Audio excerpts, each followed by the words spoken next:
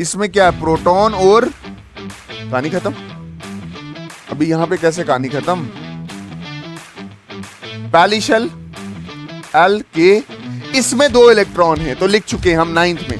But 9th में आपको सब शेल नहीं बताया जाता था। सब शेल, जितने शेल उतने सब शेल, एक सब शेल 1s, इसमें आ कितने सकते हैं, 2 इलेक्ट्रॉन। तो आपने 2 इलेक्ट्रॉन ही तो भरने थे। 2s2 2p6 3s2 3p6 3d10 3d 4s2 4p6 4d 4f 14 5s2 5p6 5d10 5f 14 6s2, master का पूरी साइंस बदल गया। 12, ठीक है। एल्युमिनियम 13 2 कामा 8 कामा 3, ठीक है। क्या लिखूंगा, 1s2 2s2 2p6 3s2 3p1। ये इधर ही चुप हो जाती है बस।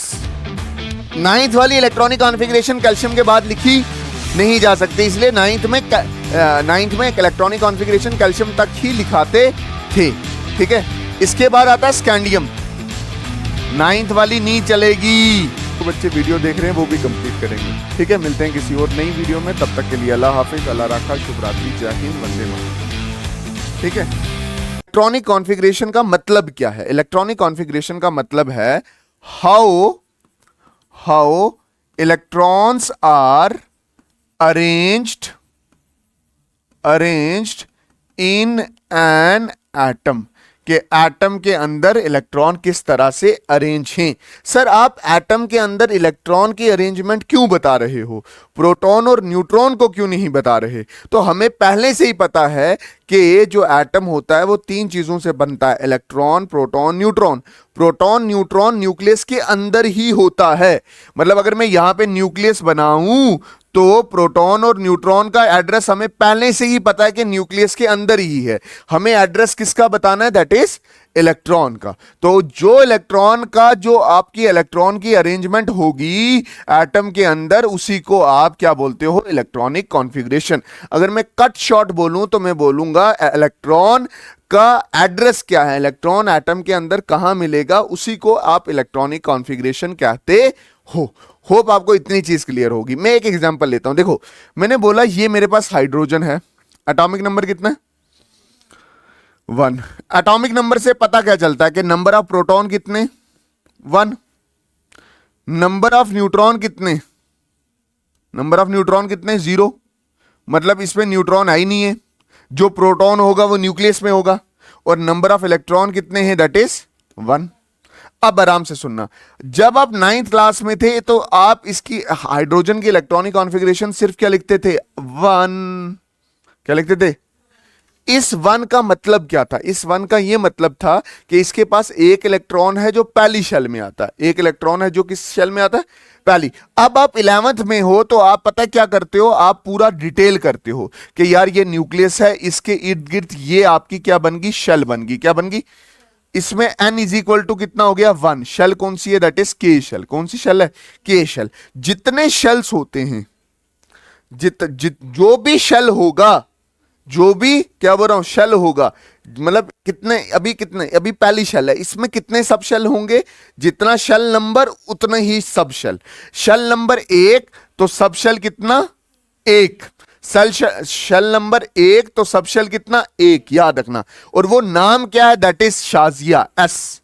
क्या नाम है, एस। इसको मैं लिखूंगा कैसे कि पहली शेल का सब शेल एस, जिसमें आ सकते हैं 2 इलेक्ट्रॉन। बट मैं अच्छे से मैं बोलूं, अभी मुझे एक ही इलेक्ट्रॉन को एडजस्ट करना, तो मैं क्या लिखूंगा, 1।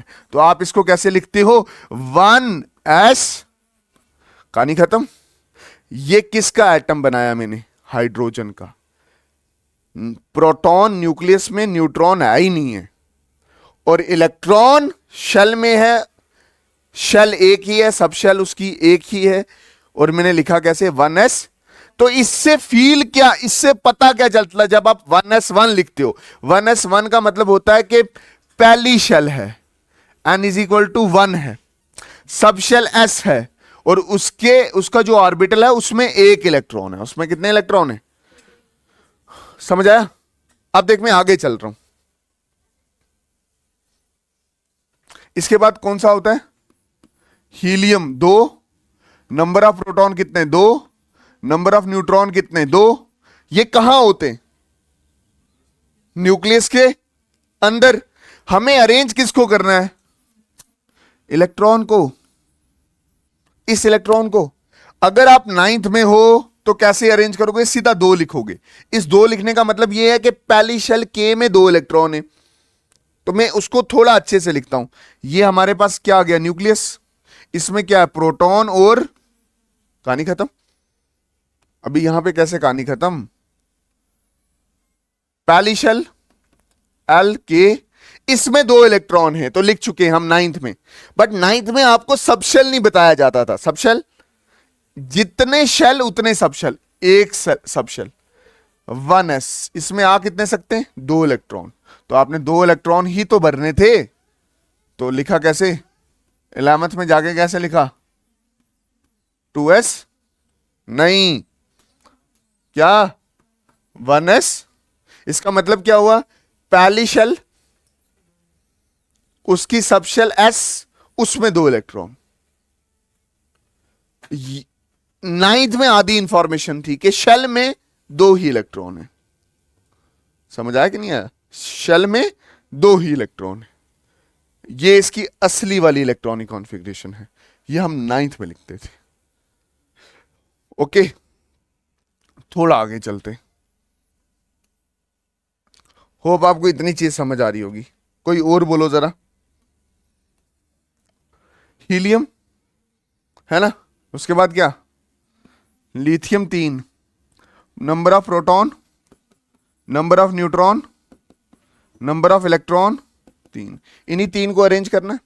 कैसे अरेंज करो? 9th क्लास में आप अरेंज करते थे जी 2 पहली शेल में और फिर 1 दूसरी शेल में, क्योंकि पहली शेल में कभी भी 3 इलेक्ट्रॉन इकट्ठे नहीं आ सकते। ये आ गया जी हमारा न्यूक्लियस, जिसमें क्या आ गया? प्रोटॉन और न्यूट्रॉन। ये पहली शेल आ गई। इस शेल में कितनी सब शेल हैं? कितनी है? एक ही है। कौन सी? 1s। उसमें 2 इलेक्ट्रॉन आ जाएंगे। क्या जो बचा हुआ 1 इलेक्ट्रॉन है वो पहली शेल में नहीं आ सकता? चन्न किथे गुजारी रात वे, n इज इक्वल टू 2 है ना। ये अब 2s2 होगा ना, दूसरी शेल का s सब शेल, और उसमें 1 जाएगा। अब इसमें कितने शेल नंबर कितना? दूसरा, तो इसमें सब शेल 2 आएंगे। एक s वाला आएगा और एक p वाला आएगा। बट अगर आप p पे ध्यान से देखोगे तो p के 3 ऑर्बिटल्स होते हैं। p के कितने ऑर्बिटल होते हैं? अभी के लिए p के 3 ऑर्बिटल याद कर लो। जो पुराने बच्चे आते थे उनको मैंने क्वांटम नंबर में पढ़ा रखा है कि p के कितने ऑर्बिटल होते हैं। तो ये कितना आया? 2p। s का 1 ऑर्बिटल होता है, p के 3 होते हैं, d के 5 होते हैं और f के 14 होते हैं, f के 7 होते हैं। ठीक है, ये मैंने पहले बच्चों को पढ़ा रखा है, अभी आप अपने दिमाग में रखो। तो हो गए 3 इलेक्ट्रॉन पूरे। तो 11th की इलेक्ट्रॉनिक कॉन्फ़िगरेशन आप कैसे लिखोगे? 1s2, पहली शेल उसके s ऑर्बिटल में 2 इलेक्ट्रॉन, दूसरी शेल उसके s ऑर्बिटल में 1 इलेक्ट्रॉन। कहानी खत्म। 3 इलेक्ट्रॉन पूरे हो गए। 3 इलेक्ट्रॉन क्या हो गए?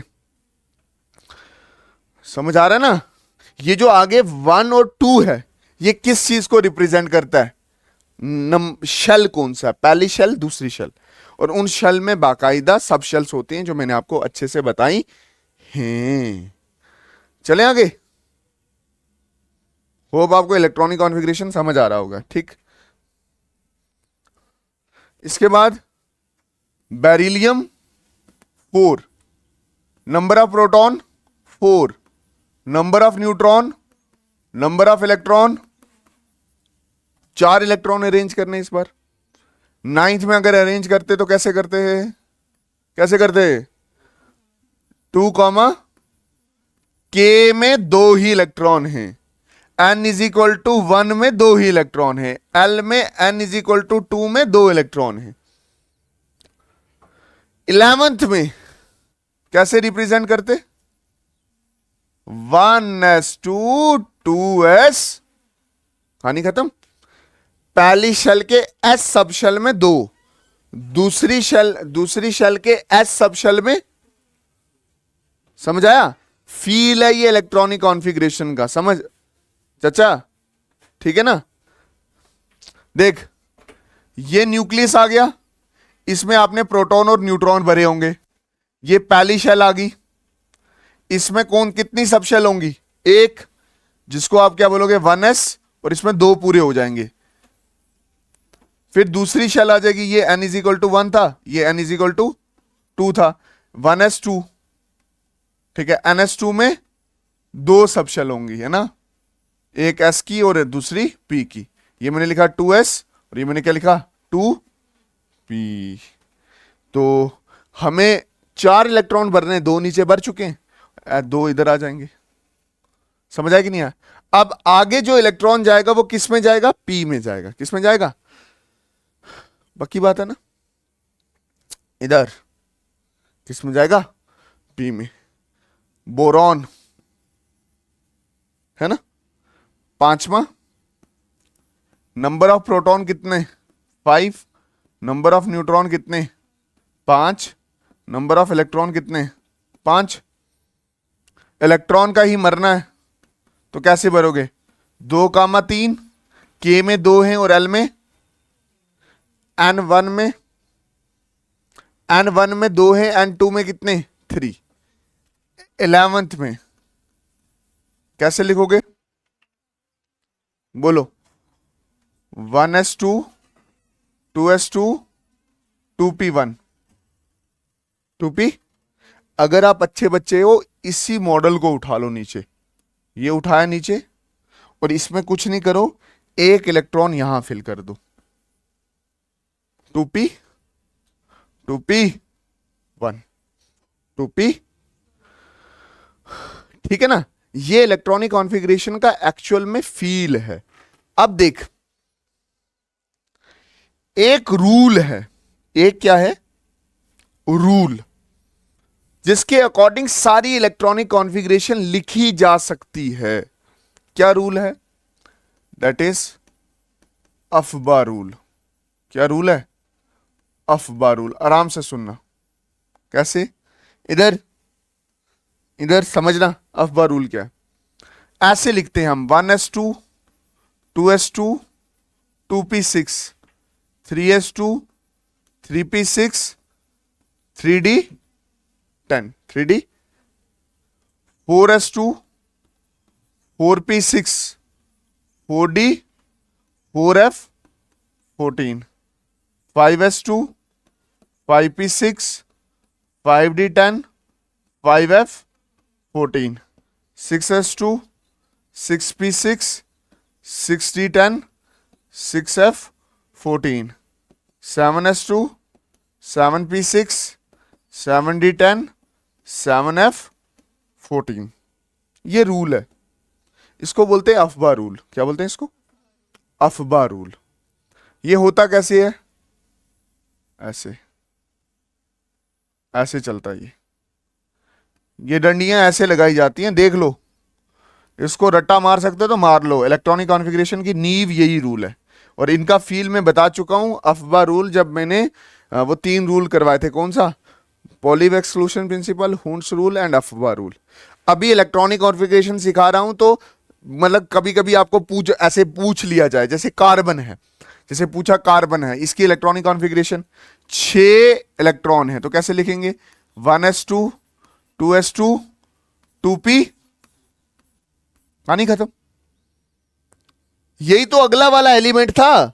आय हाय, यही तो अगला कार्बन 6 था ना, इधर 1s2 2s2 2p6 आराम से। अब आपको एटॉमिक नंबर 100 का दिया जाए तब भी आप आसानी से कर सकते, बस ये रूल आना चाहिए। बस ये क्या आना चाहिए, 1s2 1s2 इसका मतलब क्या है बता चुका हूं, पहली शेल में एक सब शेल, 2s2 दूसरी शेल का s सब शेल, 2p दूसरी शेल का p सब शेल, 3 में 3 सब शेल, 4 में 4 सब शेल, 5 में 5 हैं, बट 5वां मैंने लिखा नहीं है क्योंकि वो अभी तक यूज नहीं होता। 6 में 6 सब शेल यूज होते हैं, समझ आया कि नहीं है। 7 में 7 सब शेल यूज होते हैं, बट वो मैं लिख रहा नहीं हूं क्योंकि वो यूज में नहीं आया। आप खुद देखो मैक्सिमम ब्लॉक कितने पीरियोडिक टेबल में, 4, तो या तो एस ब्लॉक है या पी है या डी है या क्या है, यही तो यूज हुआ है, पीछे हमने यही तो पढ़ा है।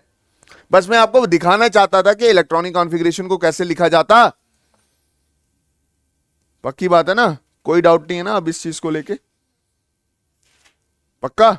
अब देख इधर इधर, ये मैंने कार्बन का लिखा, अब मैं थोड़ा सा तेजी पकड़ूंगा। इधर देख, मैंने लिखा कार्बन 6, अगर मैं 9th क्लास की लिखूं तो कैसे लिखूंगा, 6 इलेक्ट्रॉन है, 6 इलेक्ट्रॉन है ना, कैसे लिखूंगा, 2,4 1s2 2s2 2p2। अफबा रूल तेरे सामने है। अफबा साइंटिस्ट का नाम नहीं है, एनर्जी है, ठीक है, एनर्जी, एनर्जी को बोलते हैं, इसको एनर्जी रूल भी बोलते हैं, ठीक है। अच्छा, nitrogen 7 2,5 1s2 2s2 2p3। Maximum p में कितने भर सकते हो, 6, अभी 3 ही भरे गए हैं। ऑक्सीजन 8 2,6, कैसे लिखूं, 1s2 2s2 2p4। इसके बाद क्या आता है, fluorine 9 2,7 1s2 2s2 2p5। Neon के, फ्लोरीन के बाद, फ्लोरीन के बाद नियोन, नियोन 10 होता है, कैसे लिखोगे, 2,10। पहली शेल में 2 इलेक्ट्रॉन, दूसरे में 8 ही आते हैं, दूसरी में कितने आते हैं, 8 ही आते हैं, ठीक है। अगर आप ध्यान से देखो ना, 8 इलेक्ट्रॉन ही आ सकते हैं, 1 2 3 4 5 6 7 और 8 ही आ सकते हैं। तो जब आप 9th की इलेक्ट्रॉनिक कॉन्फ़िगरेशन अगली बार लिखोगे तो यहां पे 2 9 नहीं लिखोगे, आप लिखोगे 2 8 1। अभी बताऊंगा कैसे, 1s2 2s2 2p। होप आपको इतनी चीज समझ आई होगी, ठीक है। और एक चीज और याद रखना, ये जो अफबा रूल है, ये अफबा किसी साइंटिस्ट का नाम नहीं है, इसको बोलते हैं एनर्जी रूल। क्या बोलते हैं, एनर्जी रूल। इसका दूसरा नाम होता है N+L rule, N+N+N principal quantum number है, L अज़ीमुथल क्वांटम नंबर है। अब अगर मैं इसमें डीप जाऊंगा तो हम टॉपिक से भटक सकते हैं, अभी बस सिंपल आपको इलेक्ट्रॉनिक कॉन्फ़िगरेशन लिखना सिखा रहा हूं। अगला बोलो जल्दी, बोलो ना। सोडियम 11 2,8, अब 1 आगे चला जाएगा, ठीक है। तीसरी शेल में जाएंगे हम, तो कैसे लिखेंगे, 1s2 2s2 2p6 और 3s। अब देखो ना 3s1 में आ गए हम। अच्छा, अब अगर कोई बच्चा अच्छा है ना, ये ध्यान से देखो, देखो पहली शेल में 2 इलेक्ट्रॉन, दूसरी शेल में 8 इलेक्ट्रॉन है ना, और तीसरी शेल में 1 इलेक्ट्रॉन है। वही तो लिख रखा है 2 8 1, बट ये 2 8 1 वाला ये वाला ट्रेंड है, ये कैल्शियम 20 तक चल सकता है, उसके आगे आपकी यही 11th वाली इलेक्ट्रॉनिक कॉन्फ़िगरेशन चलेगी। चलो आगे, पोटेशियम 12 2,8, 2, कैसे लिखेंगे, 1s2 2s2 2p6 3s2।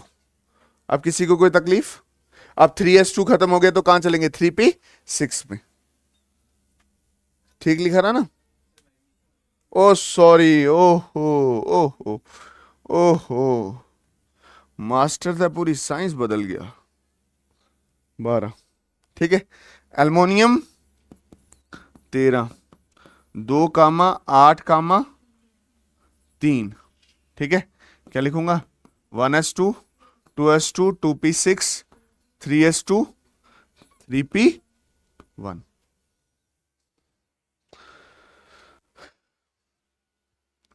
इसके बाद बोलो ना, सिलिकॉन वैली 14, 2, 1s2,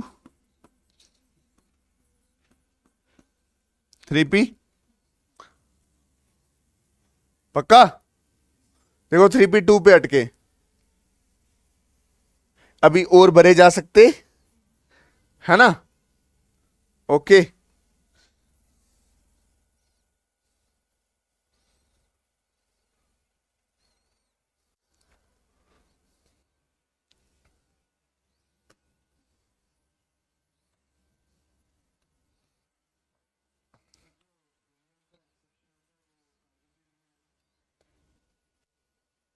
वो कार्बन पे बताऊंगा मैं।